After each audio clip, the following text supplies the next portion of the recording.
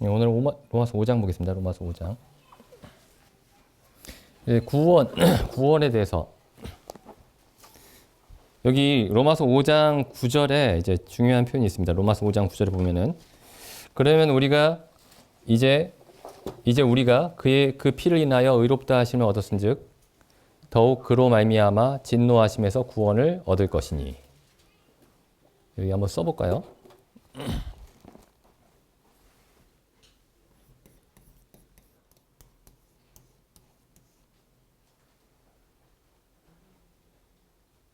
지금 여기 두 가지 말씀하고 있죠. 첫 번째, 두 번째. 우리가 계속 반복해서 말씀드리는 거지만은 이 복음이 이 두 가지 얘기를 전하고 있습니다. 두 가지를. 그 피를 인하여 의롭다 하심을 얻었다가 복음의 전부는 아니에요.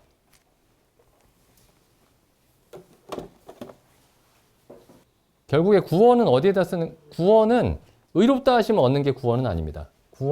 구원은 진노하심에서 구원을 얻는 것이죠. 진노하심에서.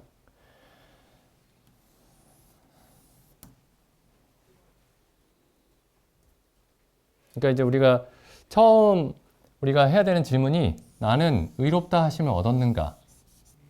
이 질문을 해야 되고, 내가 하나님께 의롭다 하심을, 참으로 의롭다 하심을 얻었는가? 그 다음에 여기 이제 의롭다 하심은 근거가 뭐죠? 그 피, 그리스도의 피. 그러면은 진노하심에서 구원을 받는 것의 근거는 뭐죠?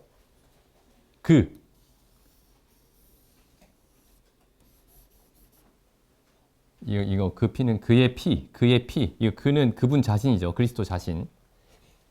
그리스도의 피를 인하여 의롭다 하심을 얻고 그리스도로 말미암아 진노하심에서 구원을 얻는다. 근데 진노하심에서 구원을 얻는다는 말이 무슨 뜻일까요? 진노하심에서 구원을 얻는다. 그게 지옥에 가지 않는다, 그런 뜻이 아닙니다. 지옥에 가지 않는다. 결국에는 지옥에 가지 않는다. 하나님의 진노가 영원히 나타나는 형태는 지옥불이죠. 꺼지지 않는 지옥불. 요즘에 21세기에 누가 이런 얘기를 하고 다니냐 그러는데, 21세기든 1세기든 똑같습니다. 지옥불이 있죠. 영원히 꺼지지 않는 지옥불이 있습니다. 영원히 꺼지지 않는 지옥불이.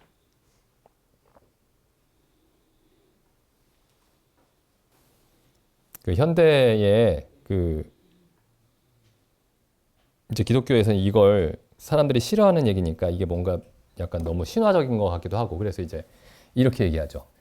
지옥은 지금 우리가 사는 게 지옥이야. 이렇게 얘기하죠. 우리가 사는 게 지옥이다. 괴로움이 많고, 걱정도 많고, 불안하고, 이게 지옥이지, 지옥이 따로 있냐. 지옥 따로 있습니다. 지옥.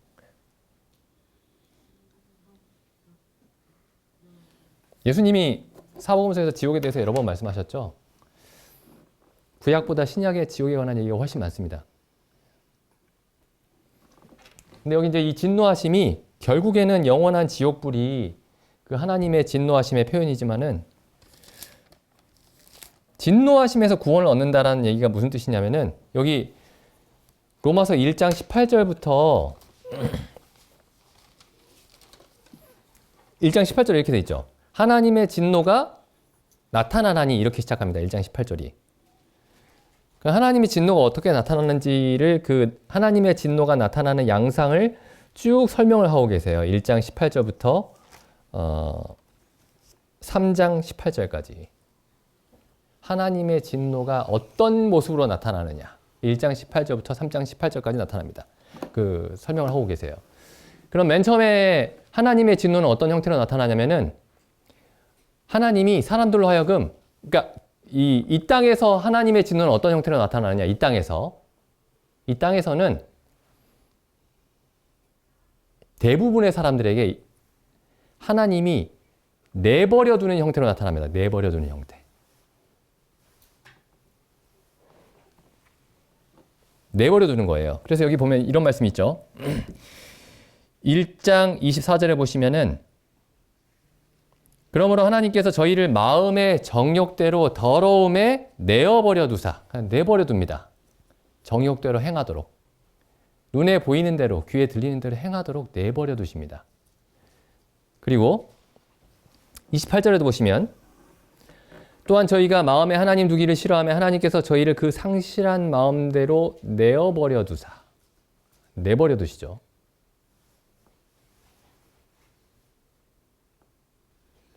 그래서 하나님이 내어버려 두심으로써 지금 그 사람들이 어떤 삶을 살게 되냐면은 1장 18절에서 23절 사이에서는 이제 우상 숭배를 하죠.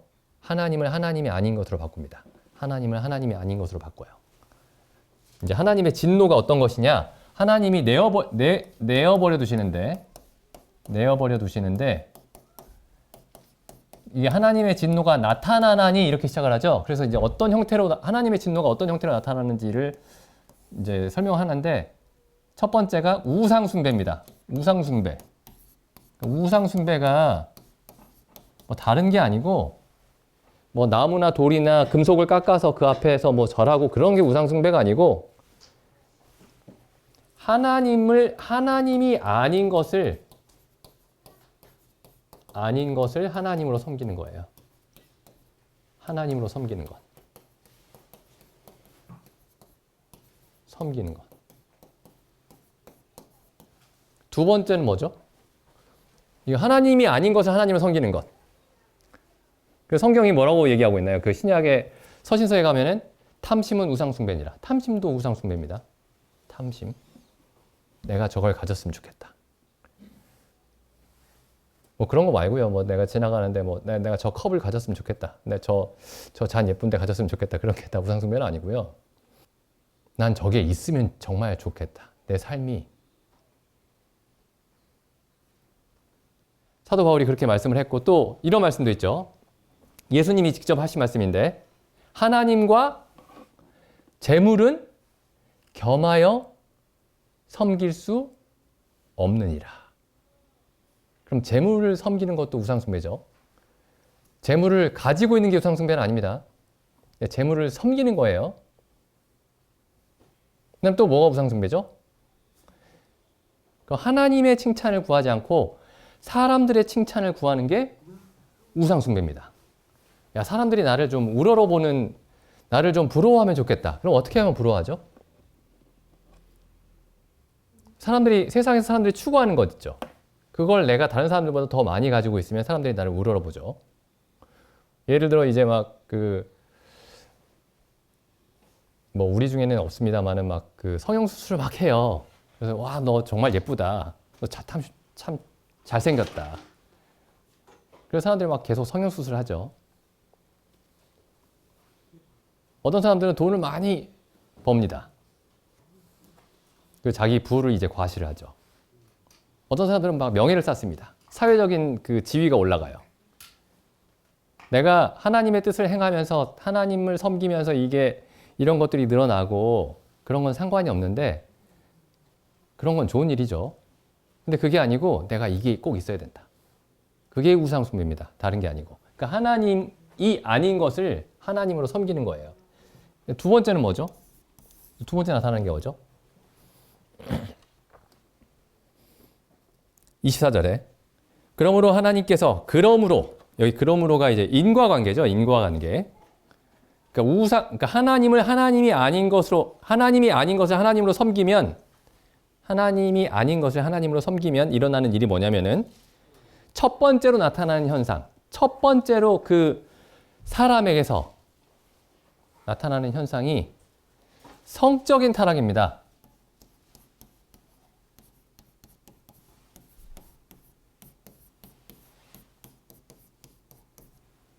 성적인 타락이에요.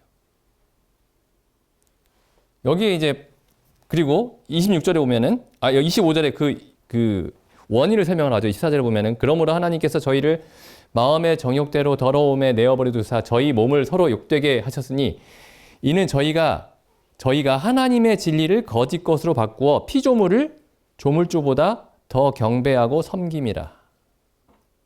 원인이 그러니까 이 우상숭배와 이 성적인 타락에 아무런 그냥 관계가 없는 게 아니고 이게 원인이에요. 이게 결과입니다. 또 보시죠. 26절. 이를 인하여 하나님께서 저희를 부끄러운 욕심에 내어버려 두셨으니, 여기도 내어버려 뒀다는 표현이 있죠. 이를 인하여가 뭐죠? 하나님의 진리를 거짓 것으로 바꾸어 피조물을 조물조보다 더 경배하고 섬김으로.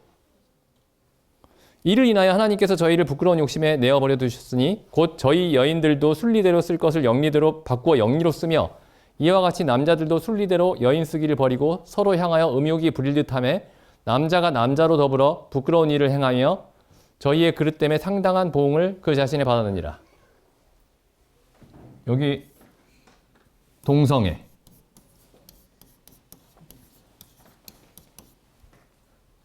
동성애. 그 다음 보시죠. 28절. 또한 저희가 마음에 하나님 두기를 싫어하며 하나님께서 저희를 그 상실한 마음대로 내어버려 두사 합당치 못한 일을 하게 하셨으니 곧 모든 불의, 추악,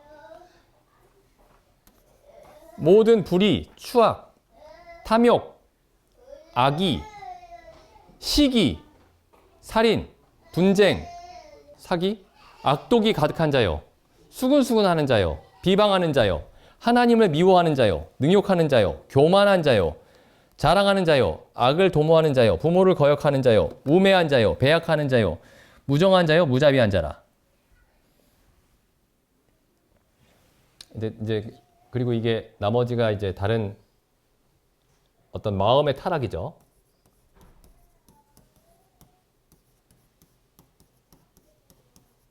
마음의 타락. 이게 하나님의 진노가 나타나나니 하면서 이제 나오는 얘기들이에요. 하나님의 진노가 나타난다. 그 다음에 32절 보시면 저희가 이 같은 일을 행하는 자는 사형에 해당하다고 하나님의 정하심을 알고도 자기들만 행할 뿐 아니라 또한 그 일을 행하는 자를 옳다 하느니라. 그 다음 뭐죠? 죄를 죄가 아니라고 한다. 아니라고 한다. 이런 거 죄 아니야. 다 그러잖아. 자연스러운 거야. 이렇게 얘기하는 거죠. 그 다음에 2장 1절에 보면은 2장 1절은 또 어떤 거죠? 2장 1절은 그러므로 남을 판단하는 사람아 물론 누구든지 내가 핑계치 못할 것은 남을 판단하는 것으로 네가 너를 정죄함이니 판단하는 내가 같은 일을 행함이니라.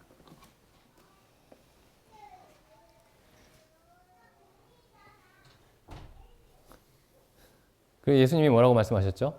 자기 눈에 들보가 있으면서 남의 눈에 티를 빼라고 한다. 자기 눈에 들보가 있으면서 다른 사람 눈에 티를 빼라고 한다. 다른 사람을 판단하지 마라. 기다려야 되고 이해해야 되고 기다리면서 이해해야 되는 부분들, 그런 부분들에 대해서 판단하지 말라는 거죠. 약함에 대해서.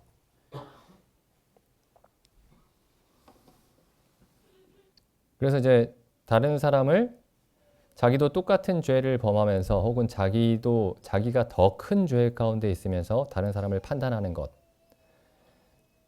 2장 전체가 그 얘기를 하고 있는 겁니다. 사실상 2장 전체가. 2장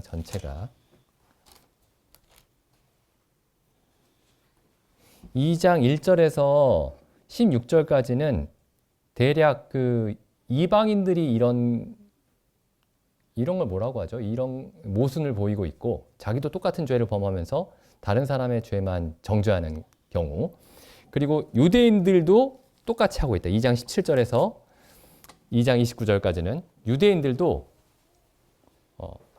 하나님의 법을 자랑하면서 율법을 자랑하면서 율법에서 도둑질하지 말라고 하는데 자기들이 신사의 물건을 도둑질하고 간음하지 말라라고 율법에 되어 있는데 자신들이 간음을 하고, 그러면서도 하나님의 율법을 자랑을 하고 자기들이 하나님의 백성이라고 자랑을 한다라는 거죠. 이런 걸 성경에선 외식이라고 하죠. 외식. 혹은 위선. 요즘 말은 위선. 그래서 이제 결국에 3장 9절에 보면은 이 지금까지 했던 얘기를 요약을 합니다. 3장 10절 보시죠. 3장 9절부터 읽어보겠습니다. 그러면 어떠하냐? 우리는 다 나으뇨? 결코 아니라 유대인이나 헬라인이나 다 죄 아래 있다고 우리가 이미 선언하였느니라. 기록한 바 의인은 없나니 하나도 없으며 깨닫는 자도 없고. 그러니까 깨닫는 자가 없다는 말이 이해력이 있는 자가 없고, 하나님을 찾는 자도 없고, 다 치우쳐 한 가지로 무익하게 되고 선을 행하는 자는 없나니 하나도 없도다. 저희 목구멍은 열린 무덤이요. 지금 이 말씀들을 쭉 읽어보면서 이게 좀 과장이 됐나? 뭐 이런 생각이 들 수도 있는데 전혀 과장이 아닙니다. 우리 모두에 대해서, 우리가 이전에 하나님을 알기 전에 우리 모두의 상태에 대해서 아주 정확하게 있는 그대로 묘사하고 계신 말씀이에요. 그러니까 온 인류의 모든 죄악을 다 모아서 말씀하시다 보니까 이렇게 좀 크게 말씀하시는 게 아니고, 극단적으로 말씀하시는 게 아니고, 모든 사람이 공통적으로 가지고 있는 죄악에 대해서 있는 그대로 말씀하고 계시는 겁니다, 이게. 의인은 없나니 하나도 없으며 깨닫는 자도 없고 하나님을 찾는 자도 없고. 근데 어떤 사람들은 이렇게 생각해요. 나는 하나님을 찾았더니 내가 하나님이 나를 만나줬다. 잘못 알고 있는 거예요, 그거. 내가 하나님을 찾았더니 내가 하나님을 만난 게 아닙니다. 하나님을 찾는 자가 없다, 이렇게 돼 있거든요. 하나님을 찾는 자가 없다.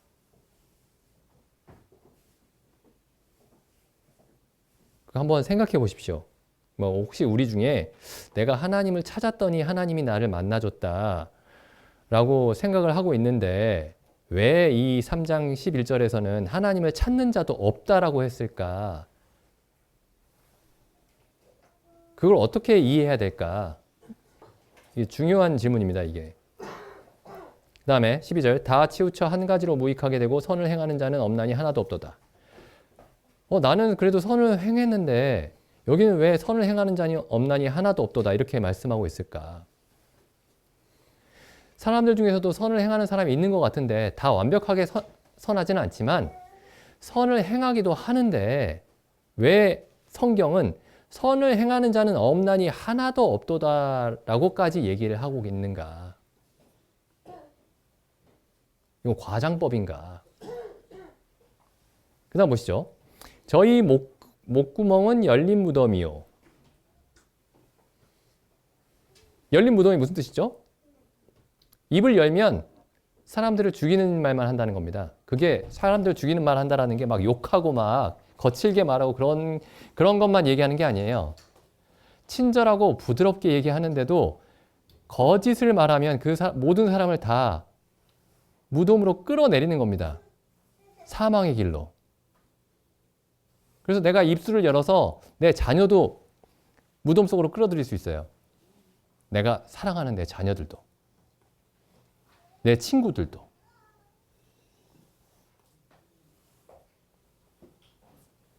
우리가 그리스도의 진리를 말하지 않으면은, 하나님의 진리를 말하지 않으면은, 우리 입술을 열었을 때 하나님의 진리, 하나님이 참으로 어떤 분이신가가 드러나는 방향으로 우리의 얘기들이 나오지 않으면은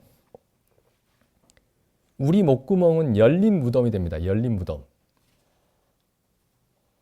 근데 우리가 다 그랬던 거예요. 다. 성경을 잘 모르는데 하나님이 이런 분입니다. 성경이 우리에게 이런 걸 요구하고 있습니다. 이렇게 얘기하고 다니면 다 그게 열린 무덤인 겁니다. 유대인들이 다 성경을 가르쳤죠. 바리새인들이 성경을 가르치고 서기관들이 성경을 가르쳤습니다.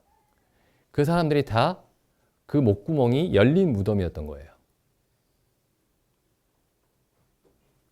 여호와의 말씀이니라, 이렇게 하면서. 굉장히 두렵죠, 이게. 우리가 하고 있는 일이 굉장히 두려운 일입니다. 여호와의 말씀이니라, 이렇게 얘기하면서 지금 어떤 얘기를 하고 있는 거니까요.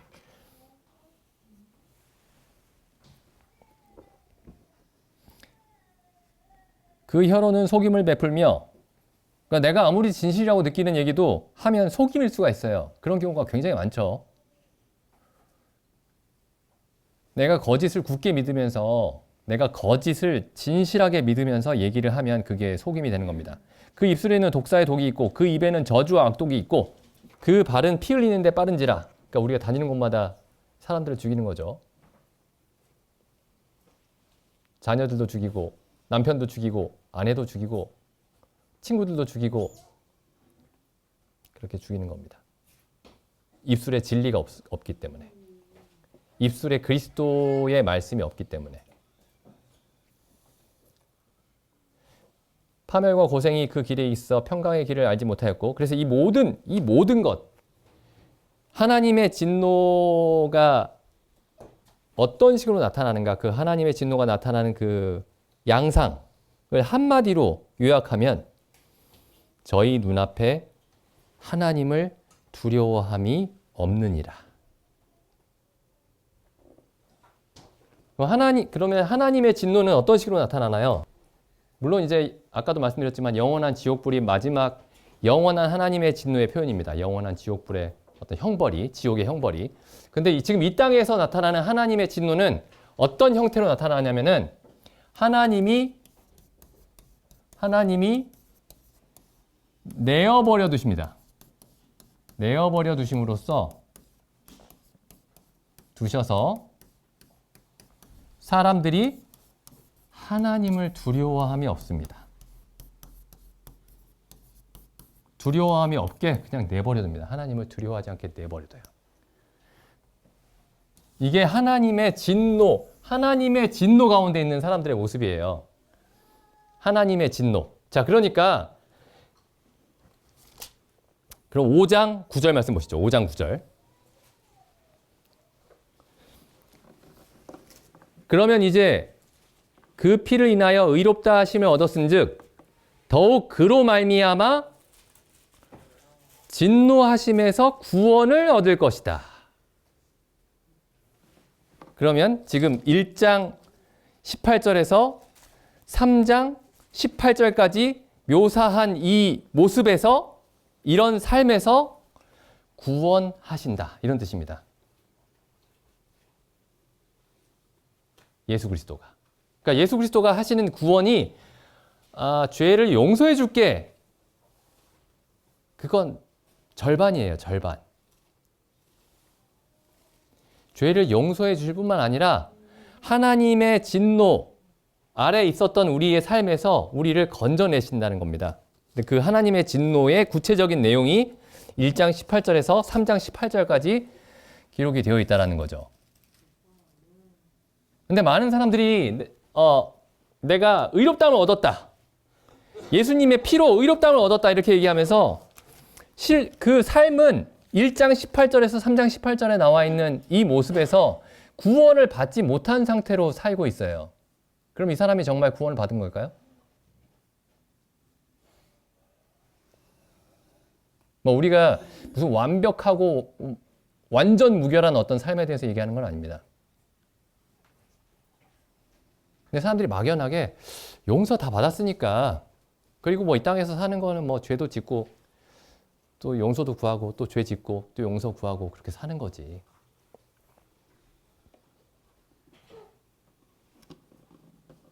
그렇게 생각을 하죠. 그래서 우리가 이제 어떤 사람에게 우리 자신도 마찬가지고 다른 사람에게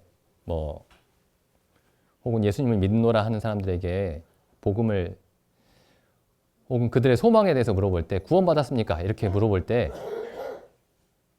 첫 번째 의미는 하나님 앞에 의롭다함을 얻었습니까? 하나님이 당신을 의롭다고 여기십니까? 이거 첫 번째 그게 의미고, 두 번째 의미는 하나님의 진노하심에서 구원을 얻었습니까? 이게 두 번째 의미입니다. 하나님의 진노하심에서 구원을 얻었습니까?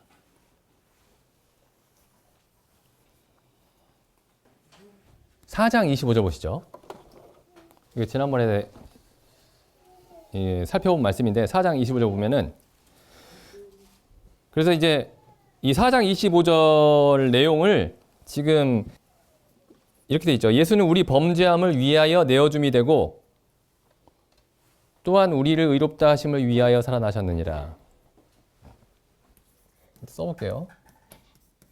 예수는 우리 범죄함을 위하여 내어줌이 되고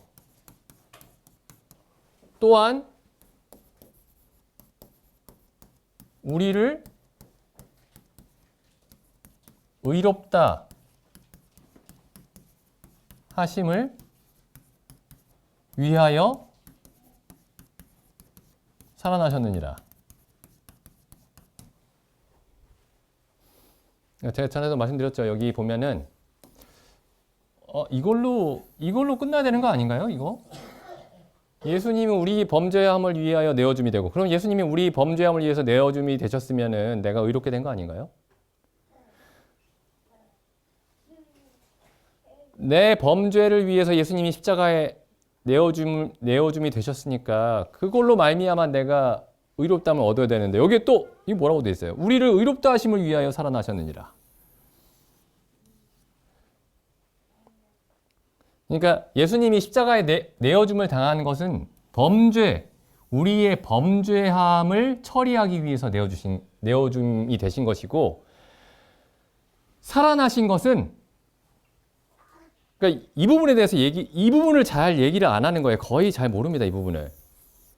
살아나신 이유는 뭐냐면은 의롭게 된 우리의 삶이 어떠해야 하는지를 보여주시기 위해서 살아나신 거예요.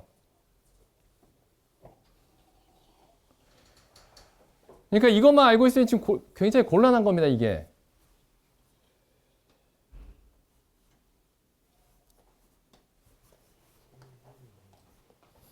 이게 같은 말씀이에요. 5장 9절 말씀이 같은 말씀입니다. 그러면 이제 우리가 그 피를 인하여 의롭다 하심을 얻었은즉, 이게 그 피를 인하여 의롭다함을 얻었다라는 말씀이에요. 이게 그 피를 인하여 의롭다함을 얻었다. 그 다음에 더욱 그로 말미암아 진노하심에서 구원을 얻을 것이니, 9절과 10절을 비교해 보시죠. 9절과 10절. 그러면 이제 우리가 그 피를 인하여 10절 보시죠. 10절. 곧 우리가 원수 되었을 때 그 아들의 죽으심으로 말미암아 하나님으로 더불어 화목되었은즉 화목된 자로서는 더욱 그의 살으심을 인하여 구원을 얻을 것이니라. 여기도 보시죠. 제가 내가 복음을 이해했다, 내가 구원을 받았다라고 하고 나서 그 다음부터 성경을 읽기 시작하는데 어떤 부분들은 이해가 다 돼요. 예수님이 나의 죄를 위해서 죽으셨고 내가 용서를 받았구나. 그런 구절들을 보면 이해가 되는데, 그 외에 이해 안 되는 구절이 너무나 많은 겁니다. 그 외에. 예를 들면 이런 거예요. 여기 지금 로마서가 그런 구절들로 가득 차 있는 겁니다. 여기도 보시죠. 5장 10절도 보시면은, 곧 우리가 원수 되었을 때 그 아들의 죽으심으로 말미암아 화목되었은즉, 여기까지 읽으면 그렇지, 예수님이 죽으심으로 내가 하나님과 화목하게 됐지. 근데 여기서 끝나면 좋겠는데, 화목된 자로서는 더욱 그의 살으심을 인하여 구원을 얻을 것이냐. 화목됐으면 됐는데 뭐가 더 필요하지? 하나님과 화목하게 됐으면 됐는데 뭐가 더 필요하죠? 근데 뭐가 더 있는 것처럼 얘기하는 거예요. 뭐가 더 있는 것처럼. 게다가 어떤 말까지 붙어 있죠? 5장 9절부터 다시 보시면 5장 9절에 더욱이라는 말 보이죠? 더욱. 그 앞에 있는 말보다 훨씬 큰 얘기다. 이런 뜻이죠. 바로 앞에 있는 얘기보다, 바로 앞에 있는 사건보다 훨씬 큰 사건이다. 이런 뜻이죠. 더더욱. 그 다음에 보면은 5장 10절에도 더욱이죠. 더욱 그의 살으심을 인하여 구원을 얻을 것이다. 예수님의 죽으심으로 화목되었는데 하물며 더욱 그의 살으심을 인해서 구원을 얻을 것이다. 그럼 이 말씀을 보면은 제가 아주 부분적으로 알고 있었던 그 복음에 대한 지식으로 읽자면은, 나는 이미 구원을 얻었는데 이게 화목된 걸로 구원 아니야? 하나님과 화목된 걸로 구원 아닌가요? 근데 화목된 자로서는 더욱 그의 살으심을 인해서 구원을 얻는다?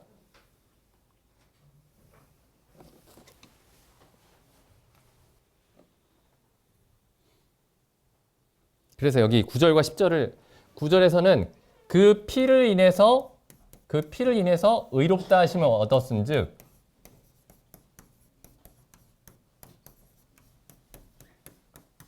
이 9절이죠. 9절. 그로 말미암아 진노에서 구원을 얻는다. 이렇게 돼 있죠. 9절. 10절은 어떻게 돼 있죠? 그의 죽으심으로 화목하게 되었다. 하나님과 화해가 되었다. 화목. 원래는 원수 관계였는데 원수 관계가 해소되었다. 이런 뜻이죠. 더 이상 원수가 아니다. 그의 죽으심을 하며 화목되었은즉 더욱 그의 살으심으로 말미암아 뭐라고요? 구원을 얻는다. 그러니까 제가 알고 있었던 구원은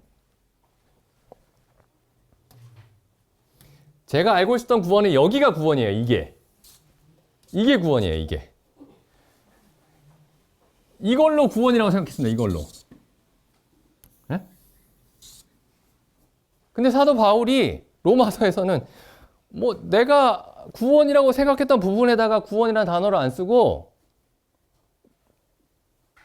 별로 생각하지 않았던 부분에다가 구원이라는 말을 쓰고 있는 거예요, 이게.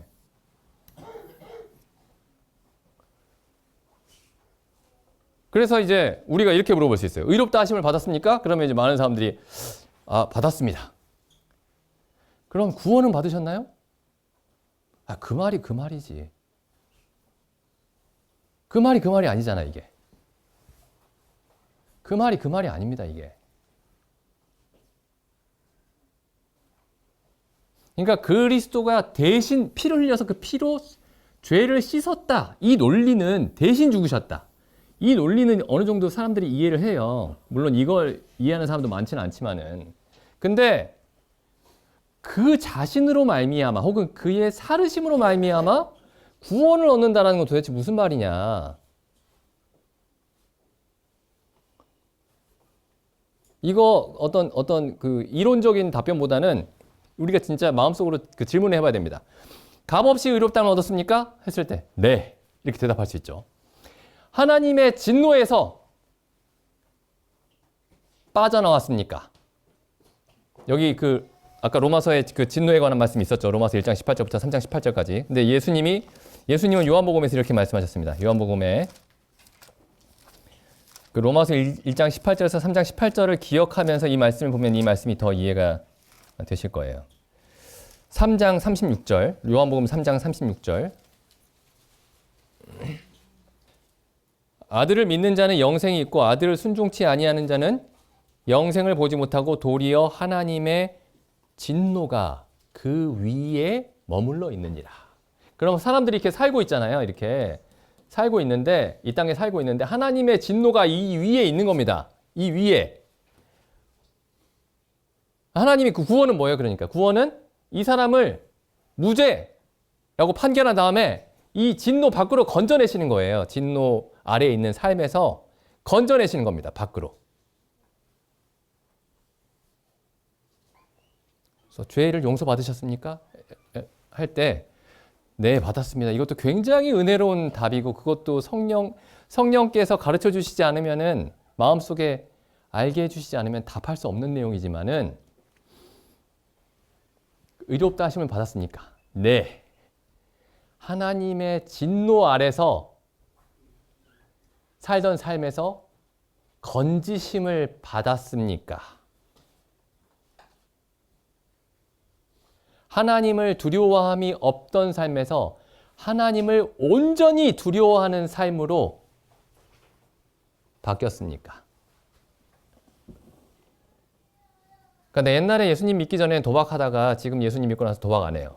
그게 아니고 하나님에 대한 두려움이 없다가 하나님을 참으로 두려워하게 되었습니까? 하나님을 하나님답게 두려워하게 되었습니까?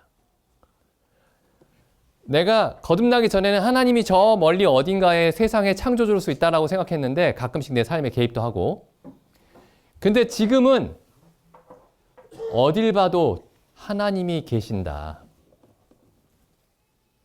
내가 마치 하나님의 보좌 앞에 항상 있는 것처럼 그렇게 하나님이 두렵습니다. 하나님이 나를 막 위협해서 두려운 게 아니고 그 거룩하신 하나님의 거룩하심이, 그 지혜와 능력이 참으로 두렵습니다.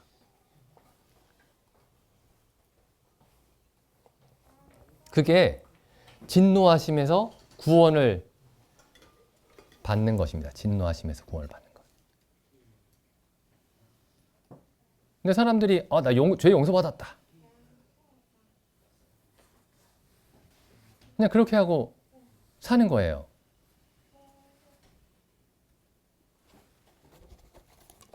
아까도 말씀드렸지만은 여기 왜 더욱이라는 말이 있을까? 이걸 생각해 봐야 됩니다. 5장 9절에 더욱, 5장 10절에 더욱. 더 중요하다는 얘기죠. 그러니까 앞에 내용을, 중요성을 같이 절하하자는 게 아니고 왜 더욱이 있을까?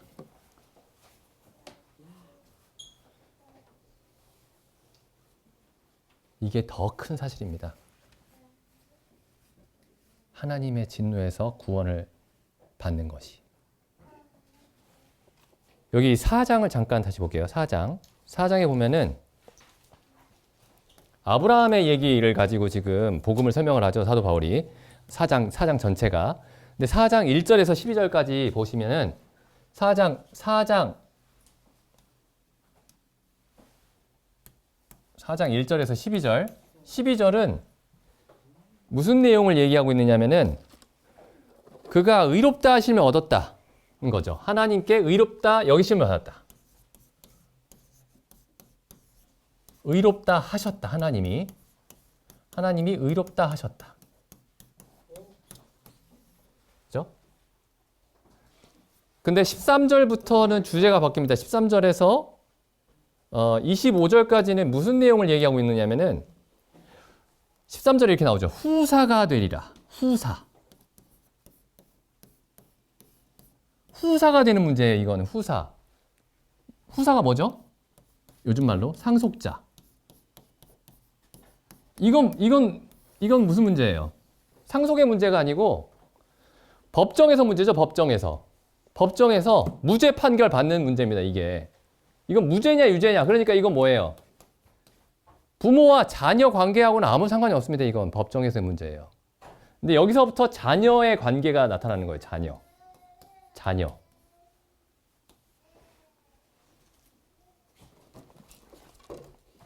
여기 지금 4장 13절부터 25절까지가 이제 후사에 관한 문제인데, 보면은 여기 4장 13절 한번 다시 읽어보죠. 아브라함이나 그 후손에게 세상의 후사가 되리라고 하신 언약은 이렇게 되어 있죠. 8장 한번 가보시죠. 8장 16절. 다음 시간에 살펴볼 내용을 미리 좀 이렇게 말씀을 드리겠습니다. 8장 16절. 성령이 친히 우리 영으로 더불어 우리가 하나님의 자녀인 것을 증거하시나니. 그러니까 여기는 아니에요. 여기는 해당되지 않는 내용입니다. 요 부분은 의롭다 하셨다. 여기는 성령이 하나님의 자녀임을 증거한다. 이런 얘기는 아무 상관이 없어요. 이 부분은. 근데 여기 보시죠. 성령이 친히 우리 영으로 더불어 우리가 하나님의 자녀인 것을 증거하시나니. 17절 보시죠. 자녀이면 또한 후사, 곧 하나님의 후사요. 그리스도와 함께한 후사니 우리가 그와 함께 영광을 받기 위하여 고난도 함께 받아야 할지니라. 자녀이면 후사다. 그러면 아까 얘기로 돌아가 보면은 이 지금 4장 1절에서 12절이 그 피로 인하여 의롭다 하심 얻었다. 혹은 그의 죽으심을 인하여 화목하게 되었다. 이 부분이에요. 4장 1절에서 12절이. 13절에서 15절은 그로 말미암아 진노하심에서 구원을 얻는다. 구원을 얻는다. 혹은 그의 살으심으로 말미암아 구원을 얻는다. 그러면 이게 무슨 얘기냐면은 이 그로 말미암아 진노하심에서 구원을 얻고 그의 살으심으로 말미암아 구원을 얻는다라는 이 내용이 하나님의 자녀가 무엇이냐, 하나님의 자녀가 되는 일과 관련이 되어 있다는 거예요. 하나님의 자녀가 되는 일. 그러니까 내가 죄를 용서를 받았다, 의롭다함을 얻었다라는 얘기에서는 아직 자녀의 얘기가 나올 자리가 아닌 겁니다. 그러니까 자녀로서 사는 것에 대해서는 이 그 피로 인하여 내가 의롭다함을 얻었다라는 얘기 속에서는 자녀로서 하나님의 자녀로서에 관한 사실에 대해서는 알 수가 없는 겁니다. 이 부분에서는.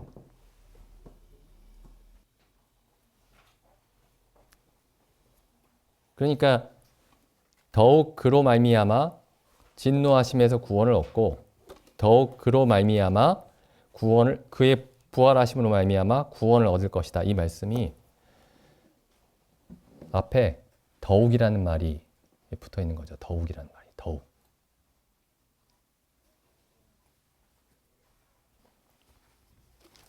여기 더욱이라는 말을 좀 더 찾아볼까요? 여기서부터 나오기 시작한 이 말입니다. 이 더욱이.